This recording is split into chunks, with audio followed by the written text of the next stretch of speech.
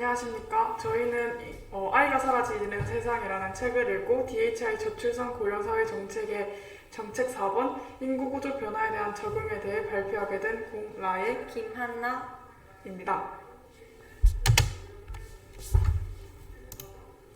네, 저희는 이제 정책 4번 인구구조 변화에 대한 적응을 통해서 친구들이 각 7가지 다양한 시선으로 정책을 만드는 것을 발표해 보겠습니다.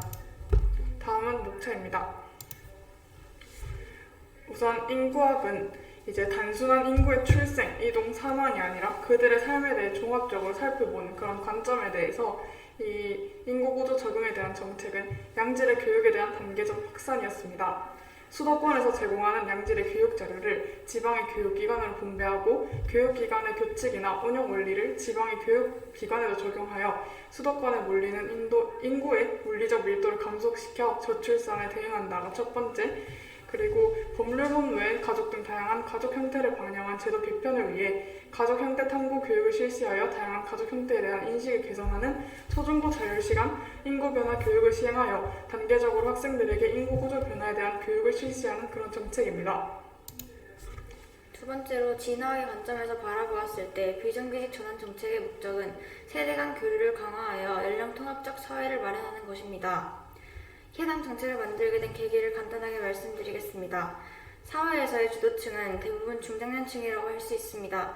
그들은 대부분 고등학생 자녀들을 두거나 가정인 경우가 대다수입니다.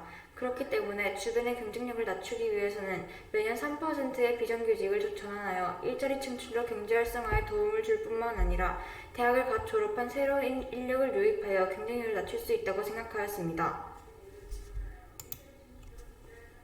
네, 다음은 동물학입니다. 동물을 연구하는 생물학의 분야인데요. 특별한 종류의 동물이나 동물의 기능적인 면 혹은 동물의 행동에 초점을 맞추는 그런 다양한 분과가 있는 동물 연구에 적용할 수 있는 매우 다양한 일반적인 생물학적 접근법을 통해 불임과 난임 감소의 정책입니다.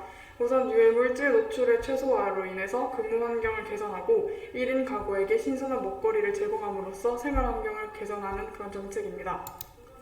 두 번째는 동거, 동성애 등 형태 인정, 그리고 비혼인 입양 인정, 인식 개선 교육을 통한 다양한 가족 형태 인정과 젠더 갈등 완화, 안전한 출산을 위한 기술 발전, 노인 일자리 증가, 그리고 이제 노인 돌봄 일자리 증가하는 그런 일자리 증가의 정책을 통해서 다양성을 인정하는 그런 정책이었습니다.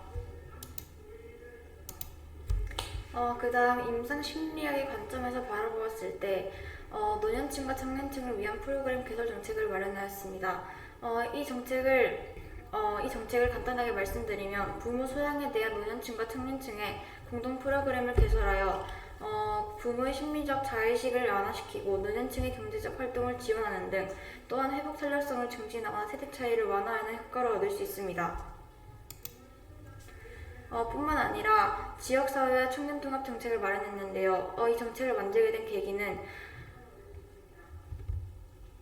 지역 청년들이 수도권으로 집중하기 때문에 경쟁력이 강화되어 출산율이 감소한다고 바라보게 되었습니다. 이를 해결하기 위해 혁신도시의 사회복지 분야 개선이 필요하다고 생각합니다.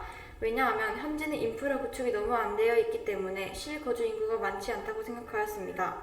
그렇기 때문에 아래의 항목들 대중교통의 노선도 정비, 의료시설의 확충, 공공교육기관 설립, 민간 투자 활성화 등과 같은 항목들이 필요하다고 생각했습니다. 두 번째로 지역 대학을 설립하여 사회적 기업 협동조합의 취업을 연결하도록 하였습니다. 다음은 행복심리학입니다. 이 행복심리학은 이제 인간의 행동과 심리 과정을 과학적으로 연구하는 경험과학의 한 분야를 뜻하는데요. 이를 행복에 대입시켜 인간과 동물의 행동이나 정신 과정에 대한 다양한 질문에 답을 찾는 그런 관점으로 지역의 인구 구조에 따라 차별화된 정책이었습니다. 먼저 지역에 따른 인구 유출 및 유입 추세를 조사하고 이를 통해 인구 유입이 많은 지역의 산업 구조 고도화 및 고급 인력을 확대하는 등 인구 유출 및 청조산업화 정책을 펼치고 생산 인구가 감소할 경우 은퇴 인력 유입을 하는 정책입니다. 빅데이터의 관점에서 바라보았을 때 결혼에 대한 부정적 인식 개선을 위한 정책을 마련했는데요. 이 정책의 목적은 부모 세대로부터 결혼에 대한 부정적 인식을 개선하여 사회보장 체계로의 혁신을 위해서 이 정책을 마련했습니다. 부모를 위해 복지시설을 구축하여 문화센터나 여행 패키지 지원과 같은 항목에 해당됩니다. 그 다음 경쟁 감소를 위한 직업 지원 정책을 마련했는데요. 직업 지원 정책이란 무직이나 임시직인 부모를 위한 사회활동의 기회를 마련하는 것입니다. 예를 들어 직업 박람회나 아이 동반 가능한 직업과 같은 교육센터를 구축하는 등 이러한 효과가 있습니다.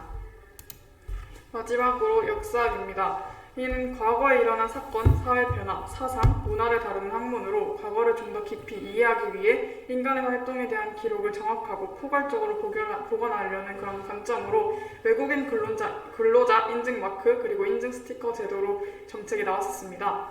이는 유학생이 타지에서 홀로 유학생활을 하다 보면 재정적인 문제에 부딪히게 되는데 이때 한국의 언어에 대해 미숙하거나 외국인 근로자에 대해서 좋지 않은 시선으로 보는 사람들이 아직까지 남아있다고 합니다. 그렇기 때문에 안전하고 정당한 대우를 받을 수 있도록 하기 위하여 외국인 근로자에 대한 인식 개선 교육을 받았고 외국인 근로자가 노동을 정당하게 할 수 있는 환경이 충족된 곳에 인증 스티커나 인증 마크를 제시하는 그런 정책입니다. 이처럼 인구 구조 변화에 대한 적응을 위해 7가지의 시각으로 정책 10가지를 마련하였는데요. 이상 4반 김한나, 공라에였습니다. 감사합니다.